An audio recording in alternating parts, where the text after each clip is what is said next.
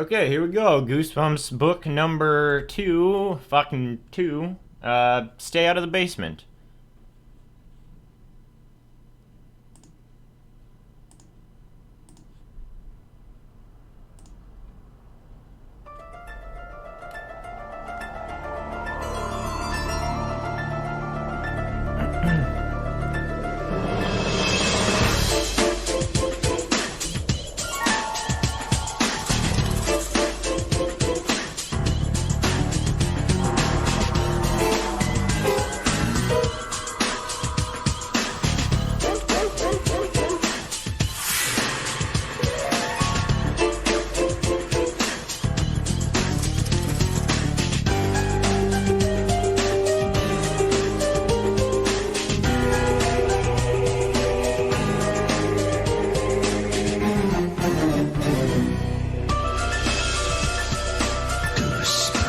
Hey Dad, catch. Casey tossed the frisbee across the smooth green lawn. Casey's dad made a face squinting into the sun. The frisbee hit the ground and skipped a few times before landing under the hedge in the back of the house. Not today, I'm busy, Dr. Brewer said, and abruptly turned and loped into the house. The screen door slammed behind him. Casey brushed his straight blonde hair back off his forehead. What's his problem, he called to Margaret, his sister, who had watched the whole scene from the side of the redwood garage. You know, Margaret said quietly. She wiped her hands on the legs of her jeans and held them both up, inviting a toss. I'll play frisbee with you for a little while, she said. Okay, Casey said without enthusiasm. He walked slowly over to retrieve the frisbee from under the hedge. Margaret moved closer. She felt sorry for Casey. He and their dad were really close, always playing ball or frisbee or Nintendo together. But Dr. Brewer didn't seem to have time for that anymore, jumping up to catch a frisbee. Margaret realized she felt sorry for herself too. Dad hadn't been the same to her either. In fact, he spent so much time down in the basement, he barely said a word to her. He doesn't even call me Princess anymore. Margaret thought it was a nickname she hated, but at least it was a nickname, a sign of closeness. She tossed the red frisbee back. A bad toss. Casey chased after it, but it sailed away from him. Margaret looked up to the golden hills beyond the backyard. California, she thought. It's so weird out here. Here it is, the middle of winter, and there isn't a cloud in the sky. Casey and I are out in jeans and t-shirts as if it were the middle of summer. She made a dive and catch for a wild toss, rolling over on the manicured lawn and raising the frisbee above her head triumphantly. Show off, Casey muttered, unimpressed. You're the hot dog in the family, Margaret recalled. Well, you're a dork. Hey, Casey, you want me to play with you or not? He shrugged. Everyone was so edgy these days, Margaret realized. It was easy to figure out why she made a high toss. The frisbee sailed over Casey's head. You chase it, he cried angrily, putting his hands on his hips. No, you, she cried. You, Casey. You're 11 years old. Don't act like a 2-year-old, she snapped. Well, you're acting like a 1-year-old, was his reply as he grudgingly went after the frisbee. It was all Dad's fault, Margaret realized. Things had been so tense ever since he started working at home.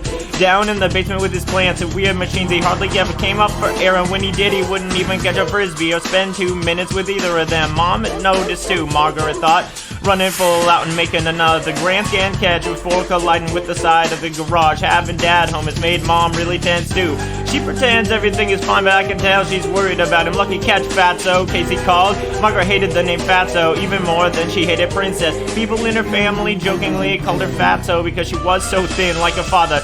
She was also tall like him, but she had her mother's straight brown hair, brown eyes, and dark coloring. Don't call me that, she heaved the red disc at him. He caught it at his knees and flipped it back to her. They tossed it back and forth without saying much for another 10 or 15 minutes. I'm getting hot, Margaret said, shielding her eyes from the afternoon sun with her hand. Let's go in. Casey tossed a frisbee against the garage wall. He dropped into the grass. He came trotting over to her. Dad always plays longer, he said peevishly, and he throws better. You throw like a girl. Give me a break, Margaret groaned, giving him a playful shove as he jogged back to the back door. You throw like a chimpanzee. How come Dad got fired, he asked. She blinked and stopped running. The question had caught her by surprise. His pale, freckled face turned serious. You know, I mean, why, he asked. Obviously uncomfortable. She and Casey had never discussed this in the 4 weeks since Dad had been home, which was unusual since they were pretty close. Being only a year apart, I mean, we came all the way out here so he could work at Polytech, right? Casey asked. Yeah, well, he got fired, Margaret said, half whispering in case her dad might be able to hear. But why? Did he blow up the lab or something? Casey grinned. The idea of his dad blowing up a huge campus science lab appealed to him. No, he didn't blow anything up, Margaret said, tugging at a strand of dark hair. Botanists work with plants. you know? They don't get much of a chance to blow things up. They both laughed. Casey followed her into the narrow strip of shade cast by the low ranch-style house. I'm not exactly sure what happened, Margaret continued, still half whispering, but I overheard Dad on the phone. I think he was talking to Mr. Martinez, his department head, remember? The quiet little man who came to dinner the night the barbecue grill caught fire. Casey nodded. Martinez fired Dad? Probably, Margaret whispered. From what I overheard, it had something to do with the plants Dad was growing. Some experiments that had gone wrong or something. But Dad's real smart, Casey insisted, as if Margaret were arguing with him. If his experiments went wrong, he'd know how to fix them. Margaret shrugged. That's all I know, she said. Come on, Casey. Let's go inside. I am dying of thirst. She stuck her tongue out and moaned, demonstrating her dire need of liquid. You're gross, Casey said. He pulled open the screen door, then dodged in front of her so he could get inside first. Who's gross? Mrs. Brewer asked from the sink. She turned to greet the two of them. Don't answer that. Mom was very tired today, Margaret thought, noticing the crisscross of fine lines at the corners of her mother's eyes and the first strands of gray hair in her mother's shoulder-length brown hair. I hate this job, Mrs. Brewer said, turning back to the sink. What are you doing? Casey asked, pulling open the refrigerator and removing a box of juice. I'm deveining shrimp. Yuck, Margaret exclaimed. Thanks for the support, Mrs. Brewer said dryly. The phone rang. Wiping her shrimpy hands with a dish towel, she hurried across the room to pick up the phone. Margaret got a box of juice from the fridge, popped the straw into the top, and followed Casey into the front hallway. The basement door, usually shut tight when Dr. Brewer was working down there, was slightly ajar. Casey stared close to it, then stopped. Let's go down and see what Dad is doing, he suggested. Margaret sucked the last drops of juice through the straw and squeezed the empty box flat in her hand. Okay. She knew they probably shouldn't disturb their father, but her curiosity got the better of her. He had been working down there for 4 weeks now. All kinds of interesting equipment, lights, and plants had been delivered. Most days he spent at least 8 or 9 hours down there, doing whatever it was he was doing, and he hadn't shown it to them once. Yeah, let's go, Margaret said. It was their house too, after all. Besides, maybe the dad was just waiting for them to show some interest. Maybe he was hurt they hadn't bothered him to come downstairs, and all this time. She pulled the door open the rest of the way, and they stepped onto the narrow stairway. Hey, Dad, Casey called excitedly. Dad, can we see? They were halfway down when their father appeared at the front of the stairs. He glared up at them angrily, his skin strangely green under the fluorescent light fixture. He was holding his hand, drops of red blood falling onto his white lab coat. Stay out of the basement, he bellowed. In a voice they'd never heard before, both kids shrank back, surprised to hear their father scream like that. He was usually so mild and soft-spoken. Stay out of the basement, he repeated, holding his bleeding hand. Don't ever come down here, I'm warning you. Okay, all packed, Mrs. Brewer said, dropping her suitcases with a thud. In the front hallway, she poked her head into the living room and the TV was blaring. Do you think you could stop the movie for 1 minute to say goodbye to your mother? Casey pushed a button on the remote control, and the screen went blank. He and Margaret obediently walked to the hallway to give their mother hugs. Margaret's friend Diane Manning, who was just around the corner, followed them into the hallway. How long are you gonna be gone, Mrs. Brewer? She asked, her eyes on the 2 bulging suitcases. I don't know, Mrs. Brewer replied fretfully. My sister went into the hospital in Tucson this morning. I guess I'll have to stay until she's able to go home. Well, I'll be glad to babysit for Casey and Margaret while you're away, Diane. So give me a break, Margaret said, rolling her eyes. I'm older than you are, Diane, and I'm smarter than both of you, Casey added with typical modesty. I'm not worried about you kids, Mrs. Brewer said, glancing nervously at her watch. I'm worried about your father. Don't worry, Margaret told her seriously. We'll take good care of him. Just make sure that he eats something once in a while, Mrs. Brewer said. He's so obsessed with his work, he doesn't remember to eat unless you tell him. It's gonna be really lonely around here without Mom, Margaret thought, deathly hard as it comes up from the basement. It had been 2 weeks since he yelled at Casey and her to stay out of the basement. They had been tiptoeing around ever since, afraid to get him angry again. But in the past 2 weeks, he had barely spoken to them, except for the occasional good morning and good night. Don't worry about anything, Mom, she said, forcing a smile. Just take good care of Aunt Eleanor. I'll call as soon as I get to Tucson, Mrs. Brewer said, nervously lowering her eyes to her watch again. She took 3 long strides to the basement door and then shouted down, Michael, time to take me to the airport. After a long wait, Dr. Brewer called up a reply. Then Mrs. Brewer turned back to the kids. Think he'll even notice I'm gone, she asked, in in a loud whisper.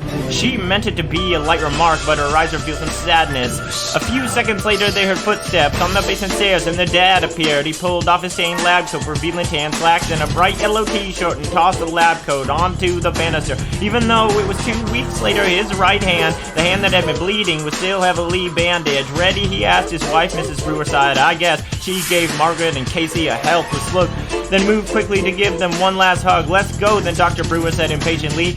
He picked up the 2 bags and groaned. Wow, how long are you planning to stay? A year? Then he headed out the front door with them, not waiting for an answer. Bye, Mrs. Brewer, Diane said, waving. Have a good trip. How can she have a good trip? Casey asked sharply. Her sister's in the hospital. You know what I mean, Diane replied, tossing back her long red hair and rolling her eyes. They watched the station wagon roll down the driveway, then returned to the living room. Casey picked up the remote control and started the movie. Diane sprawled on the couch and picked up the bag of potato chips she'd been eating. Who picked this movie? Diane asked, sprinkling the foil bag noisily. I did, Casey said. It's neat. He had pulled a couch cushion down to the living room carpet and was lying on it. Margaret was sitting cross-legged on the floor, her back against the base of an armchair, still thinking about her mother and Eleanor. It's neat if you like to see a lot of people blown up and the guts flying all over, she said, making a face for Diane's benefit. Yeah, it's neat, Casey said, not taking his eyes off the glowing TV screen. I got so much homework. I don't know why I'm sitting here, Diane said, reaching her hand into the potato chip bag. Me too, Margaret sighed. I guess I'll do it after dinner. Do you have the math assignment? I think I left my math book at school. Shh, Casey hissed, kicking a sneaker foot in Margaret's direction. This is the good part.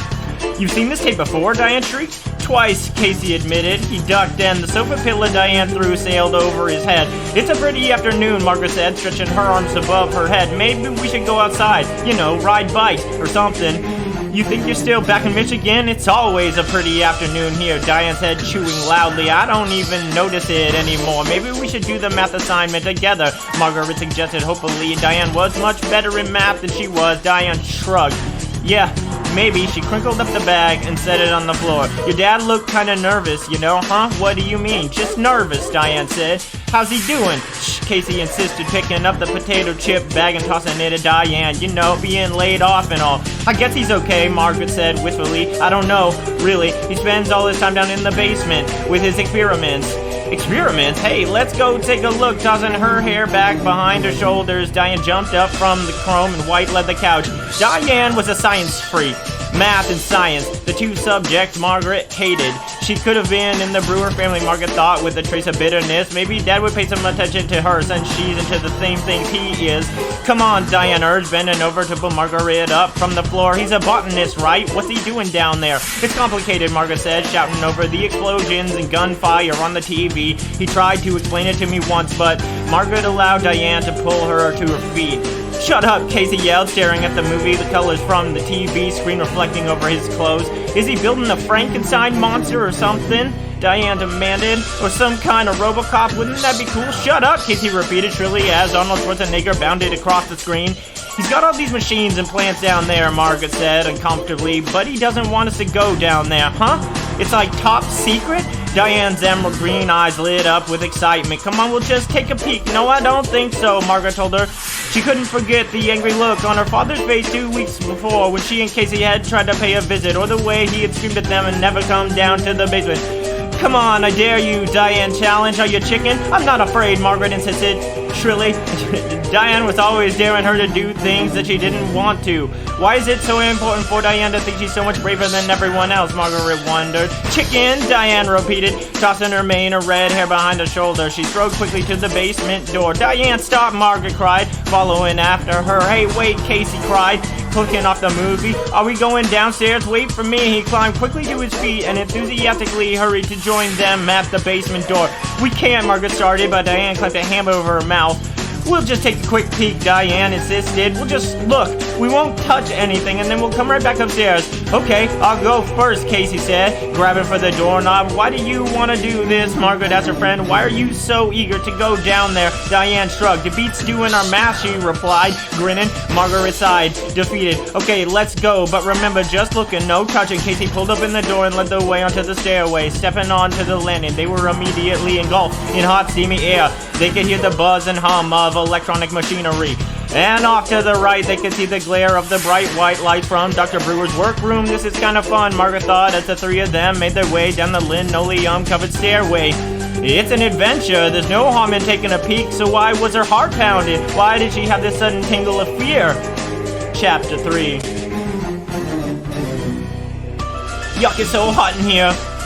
As they stepped away from the stairs, the air became unbearably hot and thick. Margaret gasped. The sudden change in temperature was suffocating. It's so moist, Diane said. Good for your hair and skin. We studied the rainforest in school, Casey said. Maybe Dad's building a rainforest, maybe, Margaret said uncertainly. Why did she feel so strange? Was it just because they were invading their father's domain, doing something that he told them not to do? She held back, gazing in both directions. The basement was divided into two large rectangular rooms. To the left, an unfinished rec room stood in darkness. She could barely make out the outlines of the ping pong table in the center of the room. The workroom to the right was brightly lit, so bright that they had to blink and wait for their eyes to adjust. Beams of white light poured down from large halogen lamps on tracks in the ceiling. Wow, look, Casey cried, his eyes wide, as he stepped excitedly toward the light. Reaching up towards the light were shiny tall plants, dozens of them, thick, stalked, and broad-leaved, planted close together into an enormous low trough of dark soil. It's like a jungle, Margaret exclaimed, following Casey into the white glare. The plants, in fact, resembled jungle plants, leafy vines, and a tall tree-like plant with long, slender tendrils, fragile-looking ferns, planted with gnarled cream-colored roots poking up like bony knees from the soil. It's like a swamp or something, Diane said. Did your father really grow these things in just 5 or 6 weeks? Yeah, I'm pretty sure, Margaret replied, staring at the enormous red tomatoes on a slender yellow stalk. Ooh, feel this one, Diane said. Margaret glanced over to find a friend rubbing her hand over a large flat leaf the shape of a teardrop. Diane, we shouldn't touch. I know, Diane said, not letting go of the leaf, but just rub your hand on it. Margaret reluctantly obeyed. It doesn't feel like a leaf, she said, as Diane moved over to examine a large fern. It's so smooth like glass. The three of them stood under the bright white lights, examining the plant for several minutes, touching the thick stalks or running their hands over the smooth, warm leaves, surprised by the enormous size of the fruit some of the plants had produced. It's too hot down here, Casey complained. He pulled his t-shirt off over his head and dropped it onto the floor. What a bod, Diane teased him. He stuck out his tongue at her. Then his pale blue eyes grew wide as he seemed to freeze in surprise. Hey, Casey, what's the matter? Margaret asked, hurrying over to him. This one, he pointed to a tall tree-like plant. It's breathing. And Diane laughed, but Margaret heard it too. She grabbed Casey's bare shoulder and listened. Yes, she could hear breathing sounds, and they seemed to be coming from the tall, leafy tree. What's your problem, Diane asked, seeing the amazed expressions on Casey and Margaret's face. Casey's right, Margaret said, softly listening to the steady rhythmic sound. You can hear it breathing. Diane rolled her eyes. Maybe it has a cold. Maybe it's vine stuffed up. She laughed at her own joke, but her two companions didn't join in. I didn't hear it. She moved closer. All three of them listened silent. It stopped. Margaret said, Stop it, you two, Diane scolded. You're not going to scare me. No, really, Margaret protested. Hey, look at this. Casey had already moved onto something else. He was standing in front of a tall glass case that stood on the other side of the plant. It looked a little like a phone booth with a shelf inside, about shoulder high, and dozens of wires attached to the back and the sides. Margaret's eyes followed the wires to a similar glass booth a few feet away. Some kind of electrical generator stood between the two booths and appeared to be connected to both of them.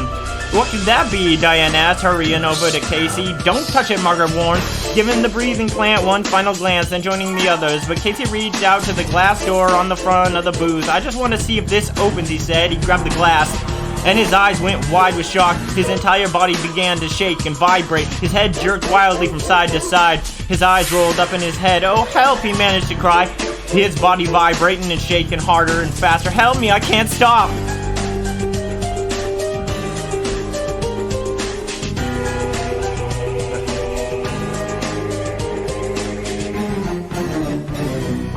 Help me! Casey's whole body shook as if an electrical current were charging through him. His head jerked on his shoulders and his eyes looked wild and dazed. Please! Margaret and Diane stared in open-mouthed horror. Margaret was the first to move. She lunged at Casey and reached out to try to pull him away from the glass. Margaret, don't! Diane screamed. Don't touch him, but we have to do something, Margaret cried. It took both girls a while to realize that Casey had stopped shaking and was laughing. And Casey, Margaret asked, staring at him, her terrified expression fading to astonishment. He was leaning against the glass, his body still now, his mouth wrapped in a broad, mischievous grin. Gotcha, he declared. and then began to laugh even harder, pointing at them and repeating the phrase through his triumphant laugh. Gotcha, gotcha. That wasn't funny, Margaret screamed. You were faking it? I don't believe it, Diane cried. Her face as pale as the white lights above them. Her lower lip trembled, and both girls leapt onto Casey and pushed him onto the floor. Margaret sat on top of him while Diane held his shoulder down. Gotcha, gotcha, he continued, stopping only when Margaret tickled his stomach so hard he couldn't talk. You rat, Diane cried, you little rat. The free-for-all was brought to a sudden halt by a low moan from across the room. All three kids raised their heads and stared in the direction of the sound. The large basement was silent now, except for their heavy breathing. What was that? Diane whispered. They listened. Another low moan, a mournful sound, muffled like air through a saxophone. The tendrils of a tree-like plant suddenly drooped like snakes, lowering themselves to the ground. Another low, sad moan. It's the plants, Casey said, his expression frightened now. He pushed his sister off him and climbed to his feet, brushing back his disheveled blonde hair as he stood up. Plants don't cry and moan, Diane said, her eyes on the vast trough of plants that filled the room. These do, Margaret said. Tendrils move like human arms, shifting their position. They could hear breathing now, again, slowly, steady breathing. Then a sigh like air escaping. Let's get out of here, Casey said, edging towards the stairs. It's definitely creepy down here, Diane said, following him, her eyes remaining on the shifting, moaning plants. I'm sure Dad could explain it, Margaret said, her words calm. But her voice trembled, and she was backing out of the room, following Diane and Casey. Your dad is weird, Diane said, reaching the doorway. No, he isn't, Casey quickly insisted. He's doing important work down here. A tall tree-like plant sighed and appeared to bend toward them, raising its tendrils as if beckoning to them, calling them back. Let's just get out of here, Margaret exclaimed. All three of them were out of breath by the time they ran up the stairs. Casey closed the door tightly, making sure it clicked shut. Weird, Diane repeated, playing nervously with a strand of her long red hair. Definitely weird, it was her word of the day, but Margaret had to admit it was appropriate. Well, Dad warned us not to go down there, Margaret said, struggling to catch her breath. I guess we knew how scary it would look to us, and we wouldn't understand. I'm getting out of here, Diane said, only half kidding. She stepped out of the screen door and turned back toward them.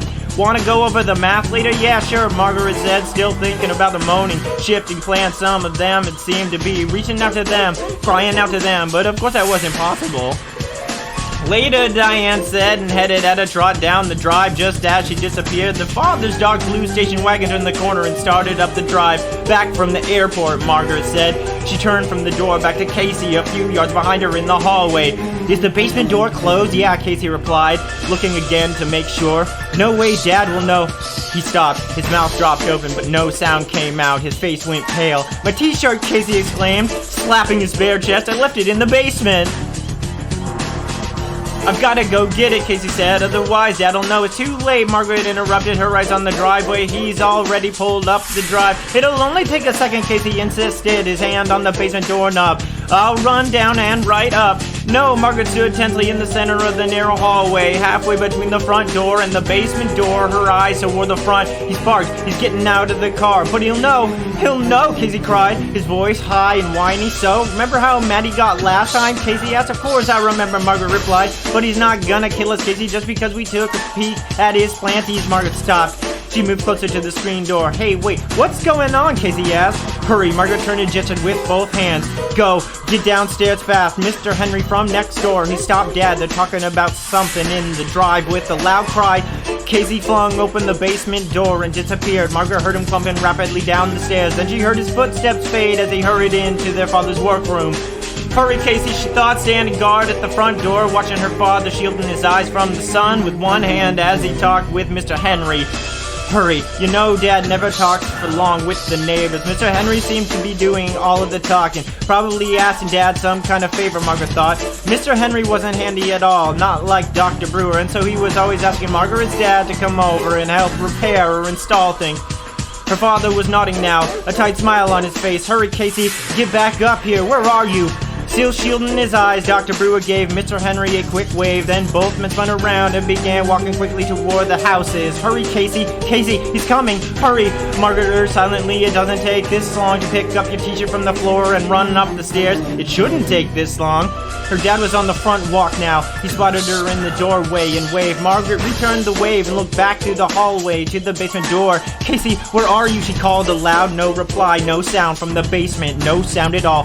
Dr. Brewer had paused outside to inspect the rose bushes at the head of the front walk. Casey? Margaret called, still no reply. Casey, hurry! Silence! Her father was crouching down, doing something to the soil beneath the rose bushes with a feeling of dread weighing down her entire body. Margaret realized she had no choice. She had to go downstairs and see what was keeping Casey. Casey ran down the steps, leaning on the metal banister so that he could jump down 2 steps at a time. He landed hard on the cement basement floor and darted into the bright white light of the plant room. Stopping at the entranceway, he waited for his eyes to adjust to the brighter than daylight. He took a deep breath, inhaling the steamy air, and held it. It was so hot down here, so sticky, his back began to itch, the back of his neck tingled. The jungle of plants stood as if at attention. Under the bright white lights, he saw his t-shirt lying crumpled on the floor a few feet from a tall leafy tree. The tree seemed to lean toward the t-shirt, its long tendrils hanging down, loosely coiled on the soil around its trunk. Casey took a timid step into the room. Why am I so afraid, he wondered. It's just a room filled with strange plants. Why do I have the feeling that they're watching me, waiting for me? He scolded himself for being so afraid and took a few more steps toward the crumpled t-shirt on the floor. Hey, wait, the breathing. There it was again, steady breathing. Not too loud, not too soft either. Who could be breathing? What could be breathing? Was the big tree breathing? Casey stared at the shirt on the floor, so near. What was keeping him from grabbing it and running back upstairs? What was holding him back? He took a step forward, then another. Was the breathing growing louder? He jumped, startled by a sudden low moan from the big supply closet against the wall. It sounded so human, as if someone were in there moaning in pain. Casey, where are you? Margaret's voice sounded so far away, even though she was just at the head of the stairs. Okay, so far, he called back to her.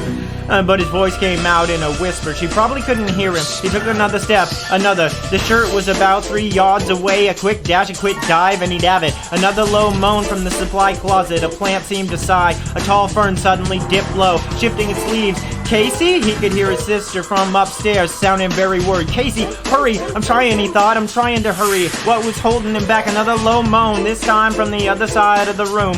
He took 2 more steps and crouched low, his arms straight out in front of him. The shirt was almost within reach. He heard a groaning sound, then more breathing. He raised his eyes to the tall trees, the long ropey tendrils that tensed, stiffened. Or had he imagined it? No. They had been drooping loosely. Now they were taut, ready to grab him? Casey, hurry! Margaret called, sounding even farther away. He didn't answer. He was concentrated on the shirt, just a few feet away, just a few feet, just a foot. The plant groaned again. Casey? Casey? The leaves quivered all the way up the trunk, just a foot away, almost in reach. Casey, are you okay? Answer me! He grabbed the shirt. 2 snake-like tendrils swung out at him. Huh? He cried out, paralyzed with fear. What's happening? The tendrils wrapped themselves around his wrist. Let's go, he cried, holding the t-shirt in one hand, grabbing at the tendrils with the other. The tendrils hung on and gently tightened around him. Margaret, Casey tried calling, but no sound came out of his mouth. Margaret? He jerked violently, then pulled straight ahead. His tendrils hold on. They didn't squeeze him. They weren't trying to strangle him or pull him back, but they didn't let go. He felt warm and wet against his bare skin like animal lawns, not like a plant. Help! He tried again to shout. He pulled once more, leaning forward, using all his strength. No good. He ducked low, hit the floor, tried to roll away. The tendrils hung on. The plant uttered a loud sigh. Let go, Casey cried, finally finding his voice. Then suddenly, Margaret was standing beside him. He hadn't heard her come down the stairs. He hadn't seen her enter the room. Casey, she cried, what? Her mouth dropped open and her eyes grew wide. It won't let go, he told her. No, she screamed and grabbed one of the tendrils with both hands and tugged with all his strength. The tendril resisted for only a moment, then went slack. Casey uttered a joyful cry and spun away from the remaining tendril. Margaret dropped the tendril and grabbed Casey's hand and began running toward the stairs. Oh! They both stopped short at the bottom of the stairway. Standing at the top was the father, glaring down at them. His hands balled into tight fists at his side. His face twitched with anger. Dad, the plants, Margaret cried. He stared down at them, his eyes cold and angry. Unblinking, he was silent. He grabbed Casey, Margaret told him. I just went down to get my shirt, Casey said, his voice trembling. They stared up at him expectantly, waiting for him to move, to unball his fists, to relax his hard expression, to speak. But he glared down at them for the longest time. Finally, he said, You're okay? Yeah, they said, in unison, both of them nodding. Margaret realized she was still holding Casey's hand. She let go of it and reached for the banister. I'm very disappointed in both of you, Dr. Brewer said in a low, flat voice, cool but not angry. Sorry, Margaret said. We knew we shouldn't. We didn't touch anything. Really, Casey exclaimed. I'm very disappointed, their father repeated. Sorry, Dad. Dr. Brewer motioned for them to come upstairs. Then he stepped into the hallway. I thought he was gonna yell at us, Casey whispered to Margaret as he followed her up the steps. That's not Dad's style, Margaret whispered back. He sure yelled at us last time we started into the basement, Casey replied. They followed their father into the kitchen. He motioned for them to sit down at the white Formica table, then dropped into a chair across from them. His eyes went from one to the other, as if studying them, as if seeing them for the first time. His expression was totally flat, almost robot-like, revealing no emotion at all. Dad, what's with those plants? Casey asked. What do you mean? Dr. Brewer asked. They're so weird, Casey said. I'll explain them to you someday, he said flatly, still staring at the two of them. It looks very interesting, Margaret said, struggling to say the right thing. Was their dad trying to make them feel uncomfortable, she wondered? If so, he was doing a good job of it. This wasn't like him, not at all. He was always a very direct person, Margaret thought. If he was angry, he said he was angry. If he was upset, he'd tell them he was upset. So why was he acting so strange, so silent, so cold? I asked you not to go in the basement, he said quietly, crossing his legs and leaning back so that the kitchen chair tilted back on two legs. I thought I made it clear. Margaret and Casey glanced at each other. Finally, Margaret said, we won't do it again. But you can't take us down there and tell us what you're doing, Casey asked. He still hadn't put the t-shirt on. He was holding it in a ball between his hands on the kitchen table. Yeah, we'd really like to understand it, Margaret added enthusiastically. Someday, their father said. He returned to the chair to all four legs and then stood up. We'll do it soon, okay? He raised his arms above his head and stretched. I've got to get back to work. He disappeared into the front hallway. Casey raised his eyes to Margaret and shrugged. The father reappeared carrying the lab coat he had tossed over the front banister. Mom got off okay? Margaret asked. He nodded. I guess. He pulled on the lab coat over his head. I hope Aunt Eleanor's okay, Margaret said. Dr. Brewer's reply was muffled as he adjusted the lab coat and straightened the collar. Later, he said, he disappeared into the hallway. They heard him shut the basement door behind him. I guess he's not going to ground us or anything for going down there, Margaret said, leaning against the table and resting her chin in her hands. I guess, Casey said. He sure is acting weird. Maybe he's upset because Mom is gone, Margaret said. She sat up and gave Casey a push. Come on, get up. I got work to do. I can't believe that plant grabbed me, Casey said, thoughtfully, not budging. You don't have to push, Casey griped, but he climbed to his feet and stepped out of Margaret's way. I'm gonna have bad dreams tonight, he said glumly. Just don't think about the basement, Margaret advised. That's really lame advice, she told herself, but what else could she say? She went up to her room thinking about how she missed her mother already. Then the scene in the basement with Casey trying to pull himself free of the enormous twining plant tendrils played once again through her mind. With a shudder, she grabbed a textbook and threw herself onto her stomach on her bed, prepared to read. But the words on the page blurred as the moaning, breathing plants kept creeping back into her thoughts. At least we're not being punished for going down there, she thought. At least Dad didn't yell and frighten us this time. At least Dad has promised to take us downstairs with him soon and explain to us what he's working on down there. The thought made Margaret feel a lot better. She felt better until the next morning when she awoke early and went downstairs to make some breakfast. To her surprise, her father was already at work. The basement door was shut tight and a lock had been installed on the door. The next Saturday afternoon, Margaret was up in her room lying on the top of the bed talking to her mom on the phone. I'm really sorry about Aunt Eleanor, she said, twisting the white phone cord around her wrist. The surgery didn't go as well as expected, her mother said, sounding very tired. The doctors say she may have to have more surgery, but they have to build up her strength. But I guess this means you won't be coming home real soon, Margaret said sadly. Mrs. Brewer laughed. Don't tell me that you actually miss me. Well, yes, Margaret admitted. She raised her eyes to the bedroom window. Two sparrows had landed outside on the window ledge and were chattering excitedly, distracting Margaret, making it hard for her mother over the crackling line from Tucson. How's your father doing, Mrs. Brewer asked. I spoke to him last night, but he only grunted. He doesn't even grunt to us, Margaret complained. She held her hand over her ear to drown out the chattering birds. He hardly says a word. He's working really hard, Mrs. Brewer replied. In the background, Margaret could hear some kind of loudspeaker announcement. Her mother was calling from a payphone at the hospital. He never comes out of the basement, Margaret complained, a little more bitterly than she intended. Your father's experiments are very important to him, her mother said. More important than we are, Margaret cried. She hated the whiny tone in her voice. She wished she hadn't started complaining about her dad over the phone. Her mother had enough to worry about at the hospital. Margaret knew she shouldn't make her feel even worse. Your dad has a lot to prove, Mrs. Brewer said, to himself and to others. I think he's working so hard because he wants to prove to Mr. Martinez and the others at the university that they were wrong to fire him. He wants to show them that they made a big mistake. But we used to see him more before he was home all the time, Margaret complained. She could hear her mother sigh impatiently. Margaret, I'm trying to explain to you. You're old enough to understand. I'm sorry, Margaret said quickly. She decided to change the subject. He's wearing a baseball cap all of a sudden. Who, Casey? No, Mom, Margaret replied. Dad, he's wearing a Dodgers cap. He never takes it off. Really? Mrs. Brewer sounded very surprised. Margaret laughed. We told him he looks really dorky in it, but he refuses to take it off. Mrs. Brewer laughed too. Uh-oh. I'm being called, she said. Gotta run, take care, dear. I'll try to call back later. A click, and she was gone. Margaret stared up at the ceiling, watching shadows from the trees in the front yard move back and forth. The sparrows had flown away, leaving silence behind. Poor Mom, Margaret thought. She's so worried about her sister, and I had to go and complain about Dad. Why did I do that? She sat up, listening to the silence. Casey was over at a friend's. Her dad was no doubt working in the basement. The door carefully locked behind him. Maybe I'll give Diane a call, Margaret thought. She reached for the phone, then realized she was hungry. Lunch first, she decided. Then Diane. She brushed her dark hair quickly, shaking her head at the mirror over her dressing table, then hurried downstairs. To her surprise, her dad was in the kitchen. He was huddled over the sink, his back to her. She started to call out to him, but stopped. What was he doing? Curious, she pressed against the wall, gazing at him through the doorway to the kitchen. Dr. Brewer appeared to be eating something with one hand. He was holding a bag on the counter beside the sink. As Margaret watched in surprise, he dipped his hand into the bag, pulled out a big handful of something, and shoved it into his mouth. Margaret watched him chew hungrily, noisily, then pull out another handful from the bag and eat it greedily. What on earth is he eating? She wondered. He never eats with Casey and me.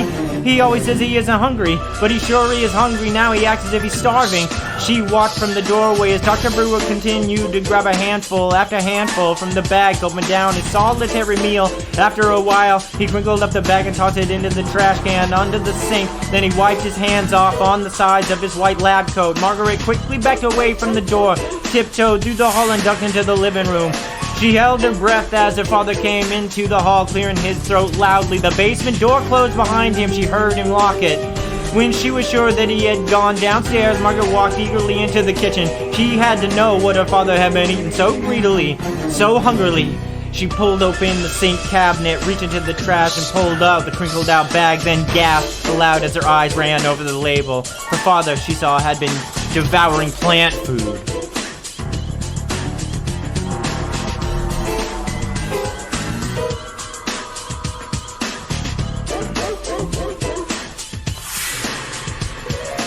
Margaret swallowed hard. Her mouth felt as dry as cotton. She suddenly realized she was squeezing the side of the counter so tightly her hand ached. Forcing herself to loosen her grip, she stared down at the half-empty plant food bag which she had dropped onto the floor. She felt sick. She couldn't get the disgusting picture out of her mind. How could her dad eat mud? He didn't just eat it, she realized. He shoveled it into his mouth and gulped it down, and he liked it, as if he needed it. Eating the plant food had to be a part of his experiments, Margaret told herself. But what kind of experiments was he trying to prove with those strange plants he was growing? The stuff inside the bag smelled sour, like fertilizer. Margaret took a deep breath and held it. She suddenly felt sick to her stomach. Staring at the bag, she couldn't help but imagine what the disgusting muck inside must taste like. Oh, she nearly gagged. How could her own father shove this horrid stuff into his mouth, still holding her breath? She grabbed the nearly empty bag, wadded it up, and tossed it back into the trash. She started to turn away from the counter when a hand grabbed her shoulder. Margaret uttered a silent cry and spun around. Casey, I'm home, he said, grinning at her. What's for lunch? Later, after making him a peanut butter sandwich, she told Casey what she had seen. Casey laughed. It isn't funny, she said crossly. Our own dad was eating dirt. Casey laughed again. For some reason, it struck him funny. Margaret punched him hard on the shoulder, so hard that he dropped his sandwich. Sorry, she said quickly, but I don't see what you're laughing at. It's sick. There's something wrong with Dad, something really wrong. Maybe he just had a craving for plant food, Casey cracked, still not taking it seriously. You know, like when you get a craving for those honey roasted peanuts. That's different, Margaret snapped. Eating dirt is disgusting. Why won't you admit it? But before Casey could reply, Margaret continued, letting all of her unhappiness out at once. Don't you see? Dad has changed a lot, even since Mom's been gone. He spends even more time in the basement. That's because Mom isn't around, Casey interrupted. And he's so quiet all the time and so cold to us, Margaret continued, ignoring him. He hardly says a word to us. He used to kid around all the time and ask us about our homework. He never says a human word. He never calls me princess or fatso the way that he used to. You hate those names, fatso, Casey said, giggling with a mouthful of peanut butter. I know, Margaret said. That's just an example. So what are you trying to say, Casey asked? The dad is out of his tree? That he's gone totally bananas? I don't know, Margaret answered in frustration, watching him gulp down that disgusting plant food. I had this horrible thought that he's turning into a plant. Casey jumped up, causing his chair to scrape back across the floor.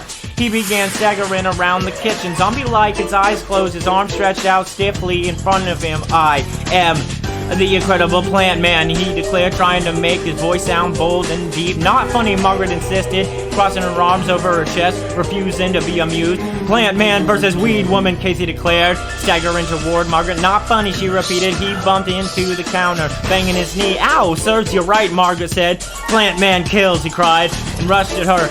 He ran right into her, using his head as a battering ram against her shoulder. Casey, will you stop it? She screamed. Give me a break. Okay, he backed off. If you'll do me one favor. What favor? Margaret asked, rolling her eyes. Make me another sandwich. Monday afternoon, after school, Margaret, Casey, and Diane were tossing a frisbee back and forth in Diane's backyard. It was a warm, breezy day. The sky dotted with small, puffy white clouds. Diane tossed a disc high. It sailed over Casey's head into the row of fragrant lemon trees that stretched from behind the clapboard garage. Casey went running after it and tripped over an in-ground sprinkler that poked up just an inch above the lawn. Both girls laughed. Casey, on the run, flung the frisbee toward Margaret. She reached for it, but the breeze sent it sailing from her hand. What's it like to have a mad scientist for a dad? Diane asked suddenly. What? Margaret wasn't sure. She heard right. Don't just stand there, throw it, Casey urged from beside the garage. Margaret tossed the frisbee high in the air in her brother's general direction. He liked to run and make dive and catch it. Just because he's doing strange experiments doesn't mean he's a mad scientist, Margaret said sharply. Strange is right, Diane said, her expression turning serious. I had a nightmare last night about those gross plants in your basement. They were crying and reaching for me. Sorry, Margaret said sincerely. I've had nightmares too. Look out, Casey cried. He tossed a low one that Diane caught around her ankles. Mad scientist, Margaret thought. Mad scientist, mad scientist. The words kept repeating in her mind. Mad scientists were only in the movies, right? My dad was talking about your dad the other night, Diane said, flipping the disc to Casey. You didn't tell him about going down in the basement, did you? Margaret asked anxiously. No, Diane replied, shaking her head. Hey, are those lemons ripe? Casey asked, pointing at one of the low trees. Why don't you suck one to find out? Margaret snapped, annoyed that he kept interrupting. Why don't you? He predictably shot back. My dad said that your dad was fired from Polytech because his experiments got out of control, and he wouldn't stop them, Diane confided. She ran along the smooth, closely cropped grass, chasing down the frisbee. What do you mean? Margaret asked. The university told him he had to stop whatever it was he was doing, and he refused. He said he couldn't stop. At least that's what my dad heard from a guy who came into the sales room. Margaret hadn't heard the story. It made her feel bad, but she thought it was probably true. Something really bad happened in your dad's lab, Diane continued. Someone got really hurt or killed or something. That's not true, Margaret insisted. We would have heard if that happened. Yeah, probably, Diane admitted. But my dad said your dad was fired because he refused to stop his experiments. Well, that doesn't make him a mad scientist, Margaret said defensively. She suddenly felt she had to stick up for her father. She wasn't sure why. I'm just telling you what I heard, Diane said, brusquely tossing back her red hair. You don't have to bite my head off. They played for a few more minutes. Diane changed the subject and talked about some kids they knew who were 11, but were going steady. Then they talked about school for a while. Time to go, Margaret called to Casey. He picked up the frisbee from the lawn and came running over. Call you later, Margaret told Diane, giving her a little wave. Then she and Casey began to jog home, cutting through familiar backyards. We need a lemon tree, Casey said as they slowed to a walk. They're cool. Oh yeah, Margaret replied sarcastically. That's just what we need at our house, another plant. And they stepped through the hedges into the backyard. They were both surprised to see their dad. He was standing at the rose trellis examining clutches of pink roses. Hey, Dad, Casey called. Catch! He tossed the frisbee to his father. Dr. Brewer turned around a little too slowly. The frisbee glanced off his head, knocking the Dodger's cap off. His mouth opened wide in surprise. He raised his hand to cover his head, but it was too late. Margaret and Casey both shrieked in surprise as they saw his head. At first, Margaret thought her father's hair had turned green, but then she clearly saw that it wasn't hair on his scalp. His hair was gone. It had all fallen out. In place of hair, Dr. Brewer had bright green leaves sprouting from his head. Hold on, I gotta let the animal out.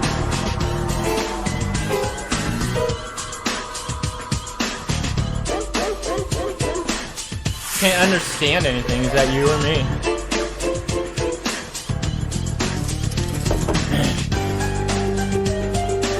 Chapter 9.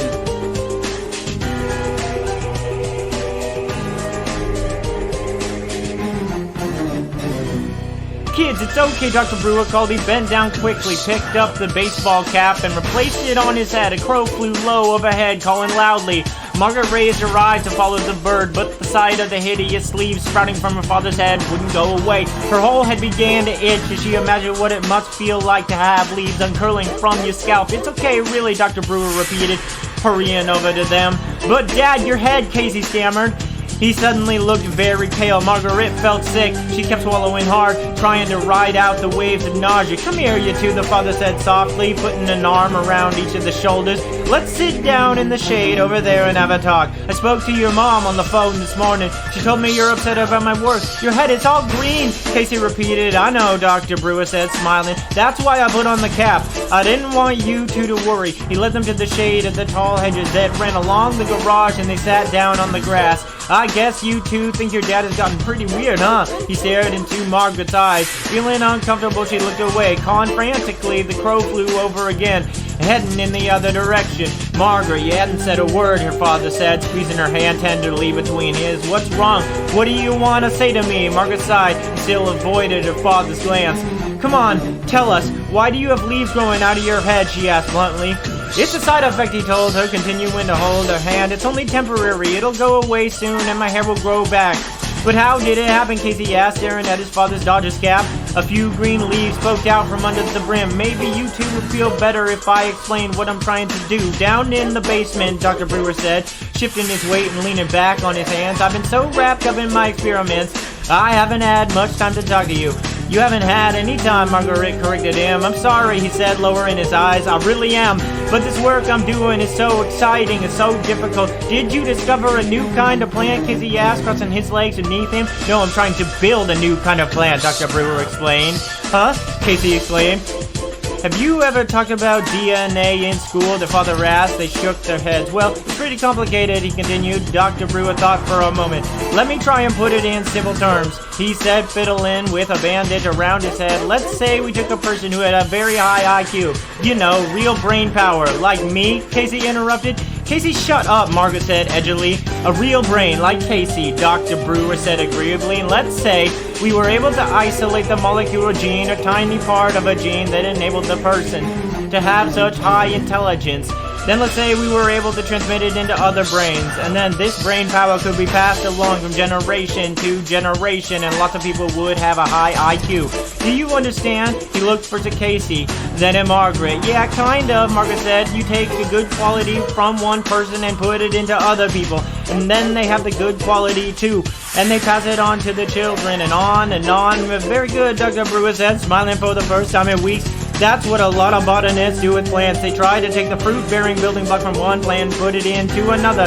Create a new plant that will bear 5 times as much fruit or 5 times as much grain or vegetables. And that's what you're doing, Casey asked. Not exactly, their father said, lowering his voice. I'm doing something a little more unusual. I really don't want to go into detail now, but I'll tell you that what I'm trying to do is build a kind of plant that's never existed and could never exist.